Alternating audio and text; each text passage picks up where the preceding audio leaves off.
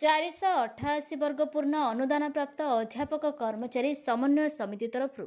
जून 30 ठारू भुवनेश्वर गांधी मार्ग में विशाल विक्षोभ और धारणा चालू रखा निष्पत्ति नहीं। राज्य सरकार प्रतिश्रुतिर खिलाफ अध्यापक कर्मचारी पेंशन और चाकरी सर्तावली भली न्याय्य दाबी प्रति प्रचंड अवहेला प्रदर्शन करने और न्यायालय निर्देश को विभिन्न आଳରେ अणदेखा करने प्रतिवाद में संघ गांधी मार्ग में प्रतिवाद जारी रखा निष्पत्ति नहीं साम्बादिक सम्मेलन में सभापति डॉ प्रशांत प्रधान, बनमाली बारिक, प्रियरंजन रथ,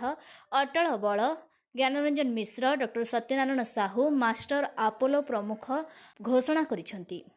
अनुदान प्राप्त कॉलेज रे एही वर्गर अध्यापक कर्मचारी दीर्घ 30 बा 35 वर्ष सेवा प्रदान कला परे मध्य सरकार सेमानकु रिक्त हस्तरे अवसर देउछंती।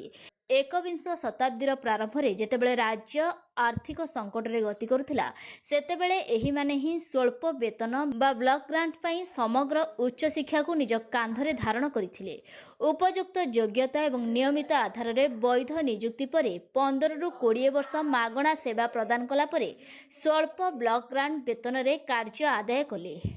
एमानंकर चाकरी सर्तावली, प्रमोशन, पेंशन, एमएसपी प्रदान पई संघ बारंबार राज्य रास्ता को ओल्हाउची और सरकार प्रतिश्रुति परे प्रतिश्रुति देई भंडेई चलीछंती बोली कहिसंती। आमे सरकार को अनुरोध करिया पई चाहूछु, सरकार अतीत दिन रे आज पर्यंत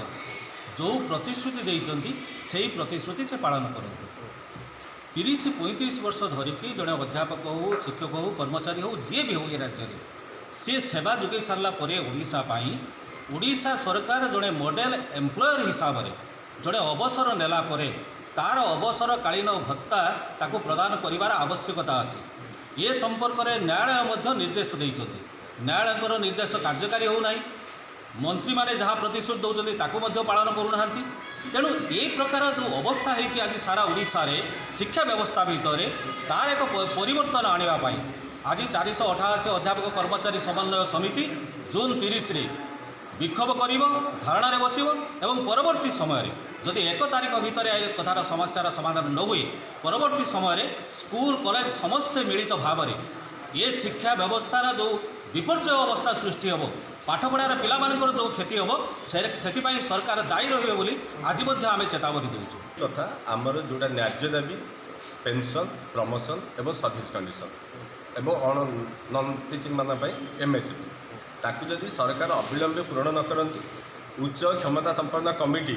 तार रिपोर्ट को आम सांगे आलोचना करी कार्यकारी न करती तेबे आसंता 30 रे आम एक दुर्बार आंदोलन आरंभ करूँ। तथापि जदि सरकार से कर्णपात न करती ताहले आम सरकार को चेताई देवाक चाहूँ। 488 वर्ग अध्यापक कर्मचारी समूह ओडिशार सबु स्कूल कॉलेज समस्त को एकाठी करी एक समन्वय समिति करूँ एवं